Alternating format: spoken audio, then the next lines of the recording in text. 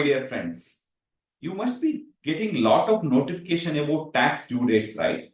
So 31st July is the tax due date and you have to file your ITR return, hurry up. And also if you open your mobile, social media, everywhere, you must be getting notification. Do you need any help to file return? Or maybe you must be also hearing about terms like ITR 1, ITR 2, ITR 3.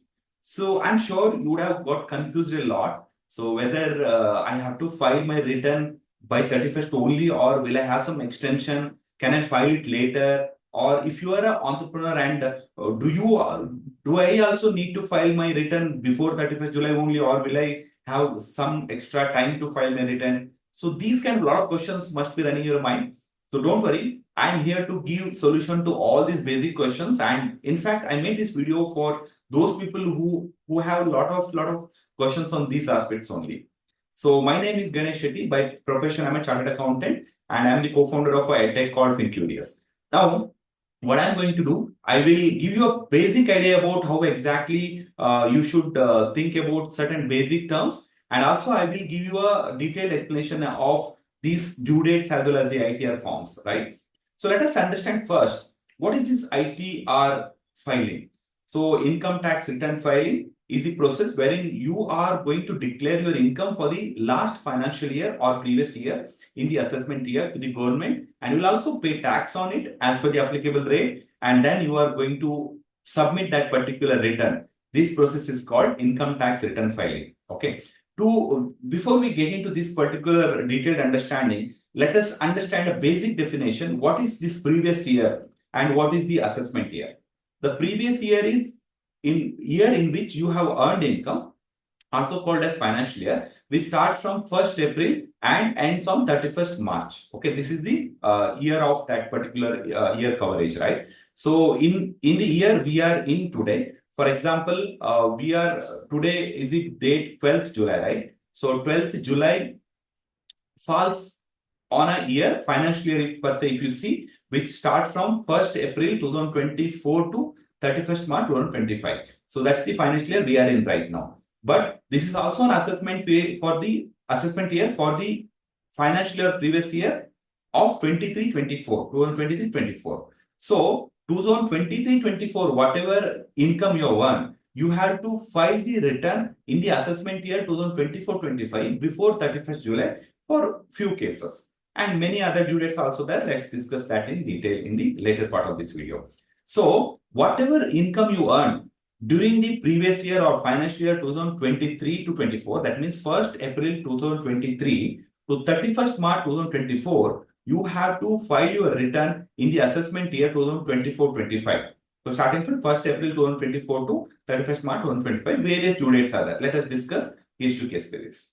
So before, this is one basic concept. And apart from this, there is another concept which you must know is the heads of income. Income tax has classified 5 heads of income. So based on your nature of activity, your income will be classified under either of these 5 heads. Okay. The first one, income from salary. If you are working in a company or anywhere, then if you are earning some salary, this your income will be called income from salary. And if you have a building, land or something on which you are getting some earning some rental income, that will be called as income from house property. And next is that profit and gains from business or profession. PGPP we call it as in simple term. This is something, if you are an entrepreneur, if you are running a business and if you are earning some profit, that will be classified here. Also, if you are a professional, if you are earning some professional revenue also will be classified under this head. And next comes very interesting topic is capital gain. Capital gain is something which you earn through dealing with capital assets such as shares or debentures, or maybe if you are having a land, if you are selling it, and on that between the sale value and purchase value, whatever profit you are making, right, that's called capital gain. And last head is income from other sources. This is quite a famous nowadays. Like if you are winning a lottery or puzzle game or something like that, that income also will be classified under the under this particular head, as well as regular income like interest, dividend, all those income will be classified under income from other sources. I think this is very clear. So with this basic understanding, let us understand what is the due date and when you have to pay tax, when you have to file the return and all those things, right? So now you can see this table on the screen. So this is actually contains all the due dates. The number one, the person like me or you, like the real human being. So those are called individual in terms of income tax.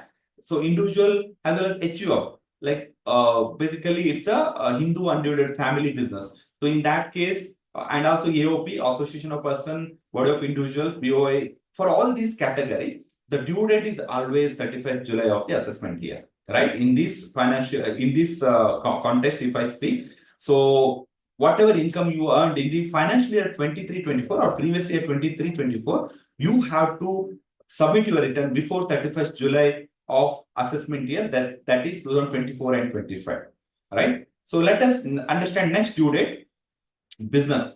If you are an entrepreneur, if you are running some business, and if you are earning some business on that income, if there is a tax audit is applicable, so tax audit will be applicable based on the certain turnover limit. Basically, if you are earning in business, if you are earning more than 1 crore turnover, then you have to get your books audited by a chartered accountant. So that is called as audit. So for that, we have a different due date. So not only 31st July, this is a different due date that's called, that is 31st October of the assessment year. Now, don't worry, if you are a business person, you still have time if audit is applicable. If your turnover is less than 1 crore, and there are a lot of things to discuss on this, it's not as simple as this. So if audit is applicable, 31st October, otherwise, again 31st July only. Next due date, business requiring transfer pricing report. So if you are a company and if you are dealing with a foreign transaction, international transaction, and specific domestic transaction also, then your due date is not even about those two, and it is 30th November of assessment year. So next is belated return. What is this? Belated or late return? Can I file late return? Yes, of course, you can file your return late also. So instead of filing 31st July, you can file it before 31st December also. That option is given, but so it's not suggested. Please file your due date, ITR return before 31st July only. And if at all you cannot file it for any unavoidable reason, then you still have a time, but with certain penalties. So you have to pay something extra penalty, and then only you can file the return. The next one is that I filed return, but I made a mistake when I'm filing or declaring something, which I made a mistake that, oh, I have not declared some income, I have not declared extra or something. All this can be revised, but there is a timeline before 31st December. Okay, if you file before 31st July, we still have so much of time to revise also. You can revise your return. So before 31st of this assessment year, you can revise and you can make all the correction, no problem. But even after doing all these things, government has come up with something called ITR recently. And with this, you can also update your return. So for a specific reason, not like, okay, I want to change for this reason, I want to have multiple ITR, not for that. So with a genuine reason, if you have paid some tax and if you wanted to declare more, like government is smart, if you want to declare more, then come. And if you are not filed only, if you want to file, then also option is being given. There are many other circumstances also. You can file your return under ITR form, and this you have a lot of time, 24 months from the end of the relevant assessment year. You will get a lot of time for this, but the penalty is huge. Whatever tax you are paying extra, on that some percentage you have to pay, and then you have to file the return. See, best option is always pay on time. That is, in case of if you're individual, then pay before 31st July of this year only. So this month only, this month end only. Or if you're a business, get audited before 31st October, or maybe in case of transfer pricing 30th November, this is suggested due dates. Right? I think you are clear about the due dates right now. So let us get into a next important understanding, ITR forms. So what is ITR form? So the government, what it has done, which is not allowing you to upload your information however you want. Basically, that has to be assessed very in detail level, right? So you know that many people are getting notices. How they are getting notices? Basically, so they are going, the ITR, whatever they have filed, will be assessed. Assessment process will be done by income tax authority or income tax officers, and then they will see each and every data. In certain cases, not each and every data, some selected files also they will identify and they will assess it, and then so they're going to send a notice if there is any discrepancies, right? So for that easiest assessment, government has come up with the ITR forms. So we have various forms that matter for that matter. So what we have done, we try to give you in a very simple table, and I will just quickly tell you what are the ITR forms we have. So number one, ITR 1, it is also called as ITR Sahaj, and which is generally applicable to many people. And in this form, if you have an income from salary, one house property, if you have a property which is only one means, then this form can be opted, and other sources. So if you are winning from a lottery and income from horse races, then it is not. Other than these kind of sources, if you have, then you can use this ITR 1. And also, if you have agriculture income up to 5,000 rupees, then ITR form. But so your income should not be more than 50 lakhs. If your income is less than 50 lakhs, then definitely you can use ITR 1. Let us go to next ITR form. It is ITR 2. If you cannot file, okay, ITR 1 for some reason, because you have two house property, you have income more than 50 lakhs for any reason, but if you do not have income from profit and gains, if you are not an entrepreneur, you have salaried income or other sources, or maybe house property, in that case, you can file ITR 2. And ITR 3 is actually form is being used by HUFs having income from individual and HUF both, income from profit and gains from business or profession. If you are an entrepreneur and if you are an individual or HUF only, like you do not run a company or a partnership firm, then you can go for ITR 3. So these are the three basic forms. And then comes ITR 4, which is also called as Sugam. This form is used when there is a presumptive taxation. If you have an option to opt for a presumptive, wherein you can pay a fixed percentage tax also in case of your business, or if you're running a business, then you can, business or profession as well, you can go for ITR 4 and you will be able to file using this particular form called ITR 4.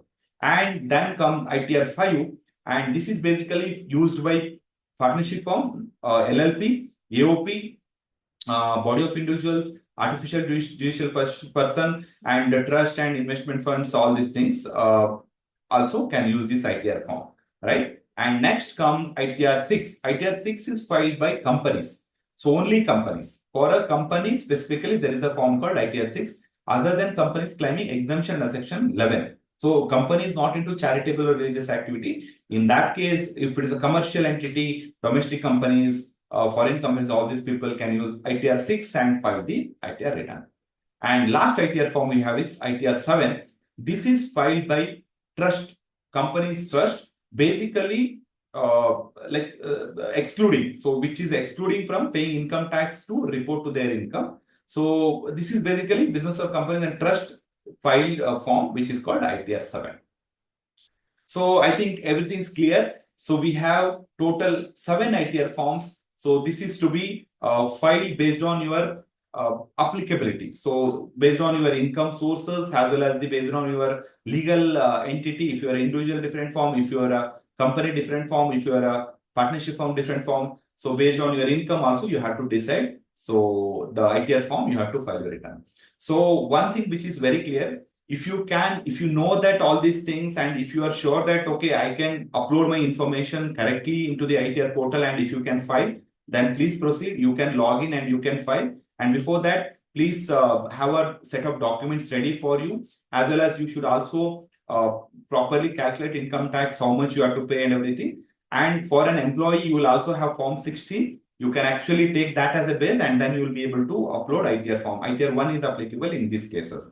But if you are running a company, and if your taxation income source is a bit complicated, or if you are having a different revenue sources and which you are not clear, so please consult a professionals which you know or nearby to your places, and then get their consultation and then only file. It is really recommended. Otherwise, it's risky because you might get some notices also, right? So thanks a lot for watching this video completely.